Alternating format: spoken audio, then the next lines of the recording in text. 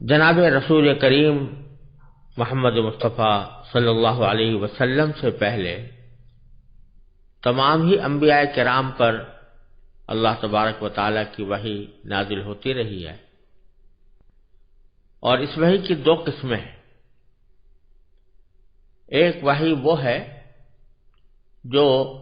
اللہ تبارک و تعالیٰ اپنے پیغمبروں کو مختلف مواقع پر کچھ ہدایات عطا فرمانے کے لیے نازل فرماتا ہے،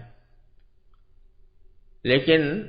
وہ وحی کسی کتاب کی صورت میں محفوظ نہیں ہوتی، بلکہ وہ پیغمبر پر نازل کر دی جاتی ہے اور پھر وہ پیغمبر اس کے مضمون کو اپنی امت تک پہنچاتا ہے۔ اس کو وحی غیر مطلوب بھی کہا جاتا ہے۔ اور ایک وحی وہ ہے کہ جسے اللہ تبارک و تعالیٰ نے باقاعدہ ایک کتاب کی شکل میں نازل فرمایا۔ بعض مرتبہ یہ کتاب اکٹھی کسی نبی کو دے دی گئی، اور بعض مرتبہ تھوڑا تھوڑا کر کے اس کو اتارا گیا۔ حضور نبی کریم سرور عالم صلی اللہ علیہ وسلم سے پہلے حضرت موسیٰ علیہ السلام کو جو کتاب دی گئی اس کا نام تورات تھا، وہ اکٹھی دی گئی تھی۔ اور اس کے بعد حضرت داؤد علیہ السلام کو جو کتاب عطا فرمائی گئی اس کا نام زبور تھا، اور ظاہر یہ ہے کہ وہ پوری زبور بھی اکٹھی حضرت داؤد علیہ السلام کو عطا فرمائی گئی تھی۔ پھر حضرت عیسیٰ علیہ السلام کو جو کتاب عطا فرمائی گئی اس کا نام انجیل تھا، اور اس کے بارے میں بھی غالب گمان یہ ہے کہ وہ اکٹھی حضرت عیسیٰ علیہ السلام کو عطا فرمائی گئی تھی۔ لیکن اس سلسلے میں سب سے آخری کتاب اللہ تبارک و تعالیٰ نے حضور خاتم النبیین سرور دو عالم صلی اللہ علیہ وسلم پر نازل فرمائی، اس کا نام قرآن ہے۔ اور یہ اکٹھی نازل کرنے کے بجائے اس میں طریقہ یہ اختیار کیا گیا کہ وہ تھوڑی تھوڑی کر کے اتاری گئی، یعنی حالات اور مواقع کے لحاظ سے اللہ تبارک و تعالیٰ کو جو ہدایات عطا فرمانی تھی وہ ان حالات اور مواقع پر تھوڑی تھوڑی کر کے نازل کی گئی، اور اس طرح قرآن کریم 23 سال میں مکمل ہوا۔ اس کتاب کا نام قرآن رکھا گیا۔ یوں تو قرآن کریم کے کئی نام ہیں، جن میں سے کچھ نام ایسے ہیں جو قرآن کریم نے خود استعمال فرمائے ہیں۔ ایک نام قرآن ہے، ایک فرقان ہے، ایک ذکر ہے، اور ایک الکتاب ہے۔ الکتاب کا مطلب ہے مخصوص کتاب، اور وہ مخصوص کتاب اس لیے قرآن کریم کو کہا جاتا ہے کہ اس سے زیادہ معتبر، مستند اور صحیح کتاب کوئی اور نہیں ہو سکتی، اس لیے اس کو الکتاب کا نام دیا گیا۔ وَأَنزَلْنَا إِلَيْكَ الْكِتَابَ لِتُبَيِّنَ لِلنَّاسِ مَا نُزِّلَ إِلَيْهِمْ، وہاں الکتاب سے مراد قرآن کریم ہے۔ اسی طرح قرآن کریم کا دوسرا نام الذکر بھی ہے۔ اِنَّا نَحْنُ نَزَّلْنَا الذِّكْرَ وَإِنَّا لَهُ لَحَافِظُونَ، قرآن کریم نے فرمایا کہ ہم نے ہی یہ ذکر نازل کیا ہے اور ہم ہی اس کی حفاظت کرنے والے ہیں۔ ذکر کے لفظی معنی نصیحت کے ہوتے ہیں، تو چونکہ یہ کتاب سراپا نصیحت ہے اس لیے اس کا نام الذکر بھی ہے۔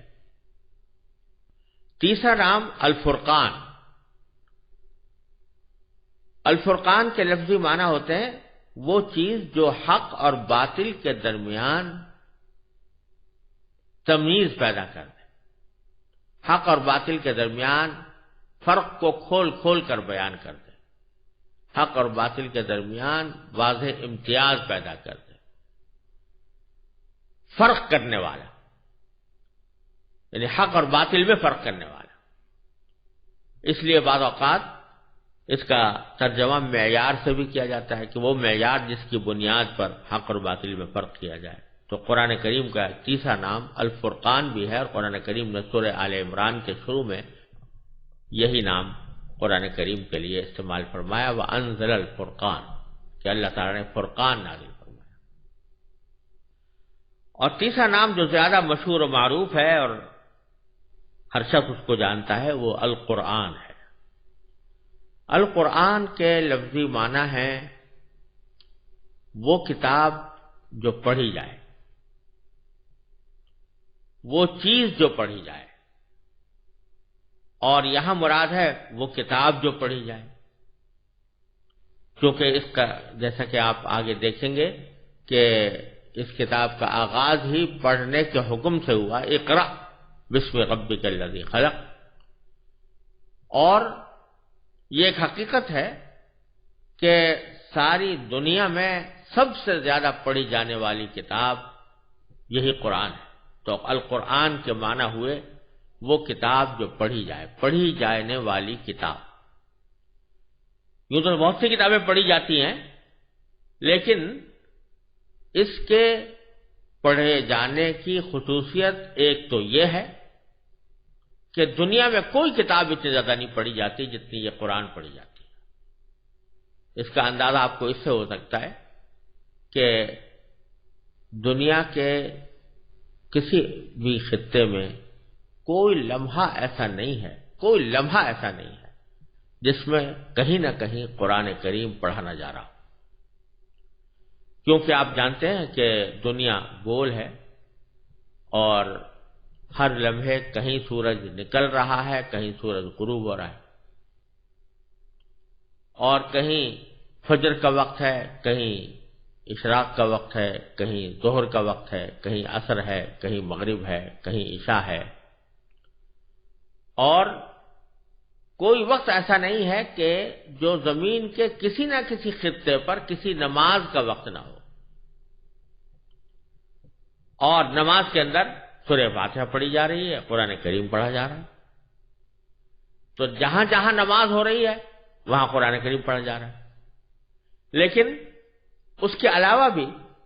جہاں جہاں مسلمان آباد ہیں الحمدللہ ان کے اندر یہ جذبہ موجود ہے کہ وہ نمازوں کے علاوہ بھی قرآن کریم کی تلاوت کریں، بچوں کو قرآن کریم پڑھایا جاتا ہے، حفظ کرایا جاتا ہے۔ اس لحاظ سے یہ دعویٰ کسی طرح بھی مبالغہ نہیں ہے کہ اس دنیا میں سب سے زیادہ پڑھی جانے والی کتاب قرآن کریم ہے، اور یہ اللہ تبارک و تعالی نے ایک قرآن کریم کی خصوصیت جس کو معجزہ بھی کہا جا سکتا ہے یہ رکھی ہے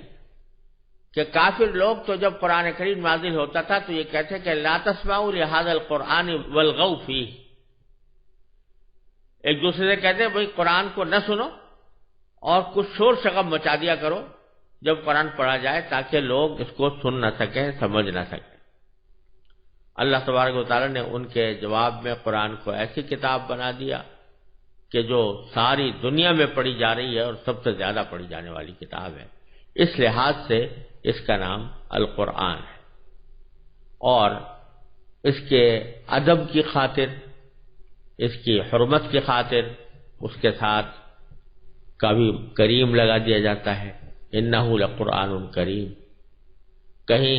مجید لگا جاتا ہے، قرآن مجید کہا جاتا ہے، ہم اردو میں بولتے ہوئے قرآن پاک بھی کہہ دیتے ہیں، تو یہ ضرور کہنا چاہیے تاکہ اس کی عظمت کا احساس ہو، لیکن نام قرآن کا القرآن ہے۔ یہ قرآن جیسا میں نے پہلے عرض کیا 23 سال کی مدت میں نبی کریم صلی اللہ علیہ وسلم کے اوپر وقتاً فوقتاً نازل ہوا۔ کس طرح نازل ہوا اس کی کچھ تفصیل حضرت عائشہ صدیقہ رضی اللہ تعالی عنہا نے ایک حدیث میں بیان فرمائی ہے، اور اس حدیث میں حضور نبی کریم صلی اللہ علیہ وسلم پر نازل ہونے والی وحی کی مختلف صورتیں بیان فرمائی گئی ہیں، جس میں وہ وحی بھی داخل ہے جو قرآن کا حصہ بنی اور وہ وحی بھی داخل ہے جو قرآن کا حصہ نہیں بنی۔ دونوں کے سلسلے میں حضرت حارث ابن ہشام رضی اللہ تعالی عنہ نے حضرت صلی اللہ علیہ وسلم سے پوچھا کہ آپ پر وحی کس طرح آتی ہے؟ تو حضرت عائشہ صدیقہ رضی اللہ تعالیٰ فرماتی ہیں کہ حضرت حارث ابن ہشام کے اس سوال کے جواب میں نبی کریم سرور دو عالم صلی اللہ علیہ وسلم نے ارشاد فرمایا کہ کبھی تو مجھے گھنٹی کسی آواز سنائی دیتی ہے، اور وحی کی یہ صورت یعنی گھنٹیوں کسی آواز آنا یہ میرے لیے سب سے زیادہ سخت ہوتی ہے۔ پھر جب یہ سلسلہ ختم ہوتا ہے تو جو کچھ اس آواز نے کہا ہوتا ہے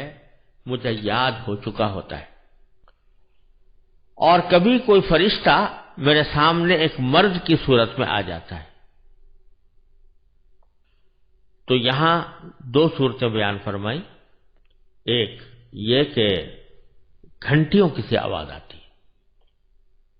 اور دوسری یہ کہ فرشتہ کسی انسان کی شکل میں آ کر وہ پیغام پہنچاتا ہے۔ جہاں تک پہلی صورت کا تعلق ہے کہ اس کو جو گھنٹیوں کی آواز سے نبی کریم سرور دو عالم صلی اللہ علیہ وسلم نے تشبیہ دی ہے، اس کا مطلب حضرت شیخ محی الدین ابن عربی رحمۃ اللہ علیہ نے یہ بیان کیا ہے کہ گھنٹی کی آواز کے ساتھ وحی کی مشابہت دو طریقے سے ہے۔ ایک تو یہ کہ جب گھنٹی بجتی ہے تو عموماً وہ مسلسل ہوتی ہے، بیچ میں ٹوٹتی نہیں، اور دوسرے گھنٹی جب مسلسل بجتی ہے تو عموماً سننے والوں کو اس کی آواز کی سمت متعین کرنا مشکل ہوتا ہے کہ یہ کس طرف سے آ رہی، کیونکہ اس کی آواز ہر طرف سے ہر جہت سے آتی ہوئی محسوس ہوتی ہے۔ اور اللہ جل جلالہ کے کلام کی بھی یہ خصوصیت ہے کہ اس کی کوئی ایک سمت نہیں ہوتی، بلکہ وہ ہر جہت سے آواز سنائی دیتی ہے۔ اس کیفیت کا صحیح ادراک تو بغیر مشاہدے کے ممکن نہیں، لیکن اس بات کو عام ذہنوں سے قریب تر کرنے کے لیے نبی کریم سرور دو عالم صلی اللہ علیہ وسلم نے اسے گھنٹیوں کی آواز سے تشبیہ دی ہے۔ جب اس طریقے پر آپ کے اوپر وحی نازل ہوتی تو آپ پر بہت زیادہ بوجھ پڑتا تھا۔ حضرت عائشہ صدیقہ رضی اللہ تعالیٰ عنہ اسی حدیث کے آخر میں فرماتی ہیں کہ میں نے سخت جاڑوں کے دن میں آپ پر وحی نازل ہوتے ہوئے دیکھی ہے، ایسی سردی میں بھی جب وحی کا سلسلہ ختم ہوتا تو آپ کی مبارک پیشانی پسینے سے شرابور ہو چکی ہوتی تھی۔ اور ایک روایت میں حضرت عائشہ رضی اللہ تعالیٰ عنہ بیان فرماتی ہیں کہ جب آپ پر وحی نازل ہوتی تو آپ کا سانس رکنے لگتا، چہرہ انور متغیر ہو کر کھجور کی شاخ کی طرح زرد پڑ جاتا، سامنے کے دانت سردی سے کپکپانے لگتے، اور آپ کو اتنا پسینہ آتا کہ اس کے قطرے موتیوں کی طرح ڈھلکتے ہوئے محسوس ہوتے تھے۔ وحی کی اس کیفیت میں بعض اوقات اتنی شدت پیدا ہو جاتی تھی کہ آپ جس جانور پر اس وقت سوار ہوتے وہ آپ کے بوجھ سے دب کر بیٹھ جاتا، اور ایک مرتبہ آپ نے اپنا سر مبارک حضرت زید بن ثابت رضی اللہ تعالی عنہ کے زانوں پر رکھا ہوا تھا۔ اسی حالت میں وحی نازل ہونی شروع ہوئی تو حضرت زید کی ران پر اتنا بوجھ پڑا کہ وہ کہتے ہیں مجھے ایسا لگتا تھا کہ ران ٹوٹ جائے گی۔ بعض اوقات اس وحی کی ہلکی ہلکی آواز دوسروں کو بھی محسوس ہوتی تھی۔ حضرت عمر رضی اللہ تعالی عنہ فرماتے ہیں کہ جب آپ پر وحی نازل ہوتی تو آپ کے چہرہ انور کے قریب شہد کی مکھیوں کی بھنبھناہٹ جیسی آواز سنائی دیا کرتی تھی۔ یہ وحی کی پہلی صورت تھی۔ وحی کی دوسری صورت یہ تھی کہ فرشتہ کسی انسانی شکل میں آپ کے پاس آ کر اللہ تعالیٰ کا پیغام پہنچاتا تھا۔ ایسے مواقع پر عموماً حضرت جبرائیل علیہ السلام، ایک مشہور صحابی ہیں حضرت دحیہ کلبی رضی اللہ تعالیٰ عنہ، ان کی صورت میں تشریف لایا کرتے تھے۔ حضرت دحیہ کلبی رضی اللہ تعالیٰ عنہ صحابہ کرام میں اپنے حسن و جمال کے لحاظ سے مشہور تھے۔ حضرت جبریل علیہ السلام انہی کی شکل میں حضور اقدس صلی اللہ علیہ وسلم کی خدمت میں حاضر ہوتے، البتہ بعض اوقات کسی دوسری صورت میں بھی تشریف لائے۔ اور جب حضرت جبریل علیہ السلام انسانی شکل میں آ کر وحی کا پیغام پہنچاتے تو یہ صورت نبی کریم سرور دو عالم صلی اللہ علیہ وسلم کے لیے سب سے آسان ہوتی۔ وحی کی تیسری صورت یہ تھی کہ حضرت جبریل علیہ السلام کسی انسان کی شکل اختیار کیے بغیر اپنی اصل صورت میں دکھائی دیتے تھے، لیکن ایسا آپ کے تمام عمر میں صرف 3 مرتبہ ہوا ہے۔ ایک مرتبہ اس وقت جب آپ نے خود حضرت جبریل علیہ السلام کو ان کی اصل شکل میں دیکھنے کی خواہش ظاہر فرمائی تھی، اور دوسری مرتبہ معراج میں، اور تیسری مرتبہ نبوت کے بالکل ابتدائی زمانے میں مکہ مکرمہ کے مقام اجیاد پر حضرت جبریل علیہ السلام کو آپ نے اپنی اصلی صورت میں دیکھا۔ پہلے 2 واقعات تو صحیح سند سے ثابت ہیں، البتہ یہ آخری واقعہ سنداً کمزور ہونے کی وجہ سے مشکوک ہے، جیسا کہ حافظ ابن حجر رحمۃ اللہ علیہ نے بخاری شریف کی شرح میں یہ بات ارشاد فرمائی۔ وحی کی چوتھی صورت براہ راست اور بلا واسطہ اللہ تبارک و تعالی سے ہم کلامی کی بھی ہوتی ہے۔ یہ شرف حضور اقدس صلی اللہ علیہ وسلم کو بیداری کی حالت میں صرف ایک بار یعنی معراج کے وقت حاصل ہوا، البتہ ایک مرتبہ خواب میں بھی آپ اللہ تعالی سے ہم کلام ہوئے، جیسا کہ علامہ جلال الدین سیوطی نے الاتقان میں اس کی وضاحت فرمائی۔ وحی کی 5ویں صورت یہ تھی کہ حضرت جبریل علیہ السلام کسی بھی صورت میں سامنے آئے بغیر، یعنی نہ تو انسان کی صورت میں آتے تھے نہ اپنی اصل صورت میں، اس کے بغیر آپ کے دل مبارک میں کوئی بات ڈالتے تھے، جس کو القاء بھی کہا جاتا ہے، اور عربی میں اصطلاحاً اس کو نفس فی الروع سے تعبیر کیا جاتا ہے۔ تو یہ بعض اوقات وحی نبی کریم صلی اللہ علیہ وسلم کے قلب مبارک پر اس طرح بھی نازل کی جاتی تھی کہ براہ راست قلب کے اوپر، دل کے اوپر کوئی بات ڈال دی گئی، اور وہ فرشتے کے ذریعے ڈالی جاتی تھی، لیکن سرکار دو عالم صلی اللہ علیہ وسلم کو پورا یقین ہو جاتا تھا کہ یہ بات جو میرے دل میں ڈالی گئی ہے یہ اللہ تبارک و تعالیٰ کی طرف سے وحی ہے۔ انبیاء کرام کے سوا کسی کو بھی اس بات کا یقین حاصل نہیں ہو سکتا کہ جو بات اس کے دل میں آ رہی ہے وہ اللہ تعالیٰ نے ڈالی ہے یا اللہ تعالیٰ نے بھیجی ہے یا کسی فرشتے کی ڈالی ہوئی ہے، لیکن اللہ تبارک و تعالیٰ جب کسی کو اپنا پیغمبر بناتے ہیں اور اس کو نبوت کا فریضہ سونپتے ہیں تو پھر اس کو یہ علم بھی عطا فرماتے ہیں، وہ اس بات میں تمیز کر سکتا ہے کہ دل میں جو باتیں آ رہی ہیں کون سی میری اپنے ذاتی خیالات ہیں اور کون سی باتیں ایسی ہیں جو اللہ تبارک و تعالیٰ کی طرف سے میرے دل میں ڈالی جا رہی ہیں۔ اور جب نبی کو یقین ہو جاتا ہے کہ یہ اللہ تعالیٰ کی طرف سے دل میں ڈالی ہوئی بات ہے تو اس کو وہ وحی قرار دے کر اس کو اپنے لیے حجت سمجھتا ہے۔